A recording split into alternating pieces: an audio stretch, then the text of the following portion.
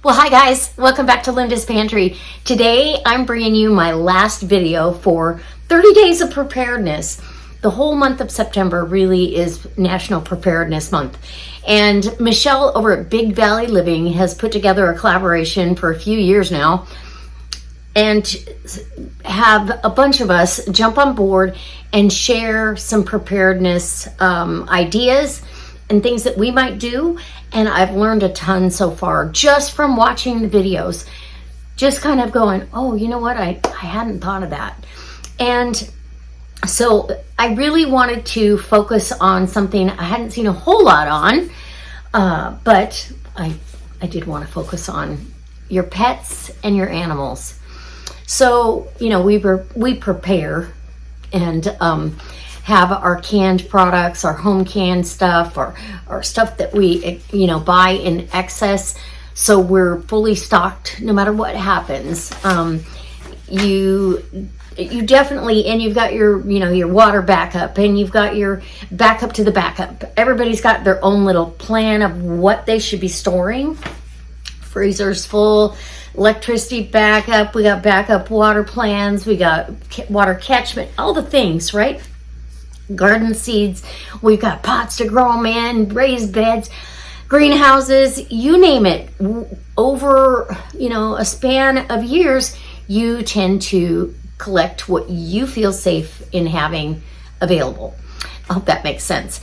So I shared with you some of the things on my last video, but I really wanted to focus on our pets.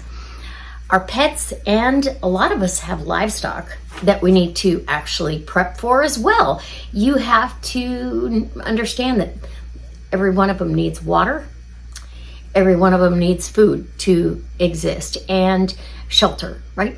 So we have to make sure that obviously most of the shelter things are already going to be in place, but let's say you were going to be without heat for a while. It'd be nice to have a little doggy jacket for your animals, or blankets for, you know, if during real cold snaps, for your animals that maybe live in the barn, or, you know, that are out, so that are not as acclimated. That is a little bit, that's kind of per situation. But house pets, you know, dogs and cats, they're very important to us. They're part of the family. And I really want to make sure that everybody is focused on taking care of them as well. So not just the home canned pantry and the freezer is for us. Even the dehydrated stuff, even the freeze-dried stuff. There's a lot of things that we share with the dogs. So, and I have them as backup. I've dehydrated their homemade dog food. I have jars of that in backup. I've got home canned stuff that in an emergency and we don't have any more dog food, yes, we are going to do that. But I've also gotten to the point where I am vacuum sealing dog food in big vacuum sealed bags and stacking that in the chest freezer, because dog food can go rancid pretty easily. So if you have a backup, and it's easy for our dogs, we have two small dogs, it takes them about 2 months to go through a 35-pound bag of dog food. Now, granted, I do supplement their dog food. So if I feel like I need to have at least 2 months or 6 months for them, dog food isn't going to stay good for 6 months. So I'm going to freeze some of it. And I do keep it in a cool, dark place, but I've got some stacked up in freezer bags. And most of it is like 1 week at a time in a gallon freezer bag. And then I know that it's not going to go rancid. I have dog food available for them. It doesn't take up that much room. Now, I understand if you have, let's say you have farm dogs and they're big and you can't store their dog food in the freezer. I totally get it. But need to have a backup to the backup plan, right? So maybe canning some extra proteins. It doesn't have to be the stuff you like necessarily. It could be, or you could be freeze drying it. Freeze drying dog food is fantastic. So when you go to the butcher and ask them about liver, calf's liver, or you know, other things that typically people don't want to eat, you can freeze dry that and have that as part of the backup plan as well. I also make sure that I have plenty of oils that are healthy for their skin. You guys know that I freeze eggs for winter baking and stuff, and when chickens slow down on laying their eggs. I am a firm believer, though, during a panic situation, or if you had an SHTF situation and your dog is not feeling well, what do? If you can't get to a vet, obviously if it's something life-threatening, that's a different story. But just to have, because going by memory only is so difficult when you're stressed. So let's say your dog has an upset stomach, or he's in pain and you don't know what to give him, or he's having an allergy attack and you're not sure, or he's eaten something and you need him to vomit before it goes into his system where he's got to have something else done. These are all things that we need for both our dogs and our cats, and these are just easy printouts. I'll leave a picture of each of these. I've got one for dogs and one for cats, and this has been helpful for us because a couple of times we've had to use this. So let's say, for instance, your dog is eating something and you need to get him to vomit. And I had that happen once when we were way out in the middle of nowhere camping and hunting, and our young German Shorthair pup got a hold of, because the duffel bag was not closed, and it wasn't mine, by the way, but it wasn't closed, and he got a hold of a bottle of Advil. And so there's Advil on the floor, a couple Advil on the floor, an empty bottle, the lid is open. I'm panicked because I'm like, this can't be good. And I'm trying to radio how many Advil were in that bottle. The radio signal was terrible.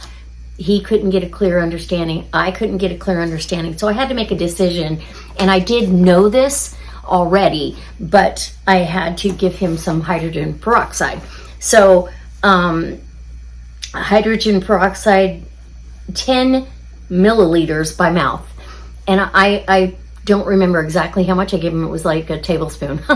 Poor guy. And within minutes, they will vomit. So it got all the Advil out of his system, and I don't have to worry about him or having to try to drive. I think we were 2 miles back from any main highway. So, and then probably another 40 miles to a vet. It would have been so stressful, and things could have gone sideways. So, hydrogen peroxide, and that's for both dogs and cats. So, yes, 3% hydrogen peroxide, 10 to 15 or 10 milliliters by mouth every 15 minutes until they vomit. So cats typically don't eat things they're not supposed to, but dogs do. Dogs do all the time. Okay, Benadryl for allergies. That is another big one. Allergies and itching. And we've actually had some issues with Dobby lately itching. And when we narrowed it down, all the arrows point to too much protein from beef and pork. So I had to say, well, they've been getting beef as their main source of protein in their dog food for the last few weeks. And typically I switch it back and forth, and most of the time they get turkey or chicken. But, and I thought, okay, but then pork, I never feed them pork, but I've bought a big box of pork rinds, or not pork rinds, pig's ears, just slices of them, and he was getting one of those every day. Well, I gave him Benadryl to help with the itching, and we have taken all the beef and the pork out of his diet, done kind of a diet reset. So all he's getting is the grain-free kibble that he needs, and he needs the grain-free kibble because of the carbs. He has seizures, and keeping him low carb is the best way to control that. So we took everything away, and all I've been doing is putting homemade turkey broth that I know doesn't have any salt or anything different in it, and over their kibble and a teaspoon of cottage cheese. And the first time I did it, they both smelled theirs and then smelled the other ones like, what'd you get? And they turned their nose up at it, but now they're fine. So sometimes these things happen, but I needed to know how much Benadryl I could give him. I'm sorry, I took the long road to that story. And for Benadryl, it's 1 milligram per pound of dog. He weighs about 25 pounds, and so he could have a whole Benadryl, and it really did help. So, aspirin. Bob is 13. He's going on 14. Oh, he might be 14 now. And he has a hind leg that bothers him off and on. This morning, he jumped off the bed instead of waiting for me to grab him. And then his ankle hurt, and he was having issues with that. So aspirin, and I give him a baby aspirin. So half a baby aspirin for dogs under 10 pounds. So it tells you the pounds. He can actually have a whole baby aspirin. Pepto-Bismol. If they've got diarrhea, vomiting, and gas, you can give them a teaspoon for a 20-pound dog. You can give them a teaspoon of Pepto-Bismol, and they actually really like it. So it's easy to give it to them. For diarrhea, can you give them Imodium AD? Yes, you can. 1 milligram per pound of dog. Robitussin for coughing, hacking, a teaspoon per every 10 pounds of body weight. Pepsid to reduce stomach acids caused by ulcers, acid reflux. I don't know how you would know that with them, that they had that, but they can have that. They can also, for itching, you can put a little bit of hydrocortisone on them. This is just a really good thing, and I keep this handy so I can just grab it and look. Same thing with your cats. And I just Googled this to get this one because I didn't have it already. But same, Benadryl, same type of thing. To encourage drink as often and as much as possible for a urinary tract infection, and cranberry juice concentrate. It's okay to give them that. And I don't know, the cats would like that, but hey, anyway, Dramamine for motion sickness, because a lot of animals get motion sickness.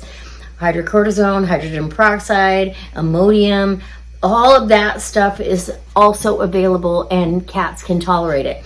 It's important, though, that you know what the dosages are before you start just, free falling, okay? Common medications to avoid in your cat. Tylenol. Aspirin and Pepto-Bismol. Do not do that. Sudafed. Many prescription drugs, obviously. So no pain relievers, and none of that stuff. So the things that it kind of make sense, don't do it. And if you're in doubt, don't do it. But if we didn't have the internet, if something happened and we're already in a stressful situation, how are you going to memorize how much you can give your pet without having something in writing? So I have kind of a preparedness binder, if you will, and all of the things that I know. Okay, so all of my canning recipes, I have those in books, but any of the recipes that I've gotten offline, I print it out. So if I know it's a safe recipe, I print it out, and I encourage you to print out what you need for your animals and for yourselves, and have a binder, so when it is a stressful situation, you can go to that and make sure that they are taken care of, you're taken care of, there's no panic, right? Okay, so I think we covered that. I also encourage, we covered their dog food. Cat food, you can do the same thing. I feel like there's things that we can do for them that you may not think of, like freezing the dog food. You could do the same thing with the cat food. You have to adjust how much water you have. Our dogs go through at least a half a gallon of water a day, just drinking, normal drinking. So up to a gallon. So I feel like I have to add to how much water we need to have available. And as I said in my last video, I have a water filter system. It's like a Berkey, and we are walking distance to water sources, plus we collect rainwater, so I can purify water. So I'm not as concerned about water as I used to be, but if you're not in that situation, you definitely need to make sure that you've got access to enough water to keep your family, and your pets. And if you've got farm animals, do they have access to water all the time, or are you going to be depending on municipal water? Or your well? Does your well work on electricity? You're going to need a backup for that, right? To run that pump. And so I think all these things are good food for thought during this month. And I hope that nobody has to use them, but retains it as their knowledge base and understanding. And someday, you never know, it might save somebody or somebody's dog or cat from having to suffer through something they shouldn't have in the first place. So I hope this helps. I am so thankful that I am here for you. And anything that you can add to that, please leave a comment down below. This is a collaboration, and we're reading each other's comments. There's so many in this community that can benefit by someone else's knowledge, not just mine, not just my thoughts, but to put that in the comment section is always a bonus, because everyone gets to learn from it, and you didn't have to do a video. All right, guys, I'll see you next time. Probably another delicious recipe, maybe something for the boys. All right, bye.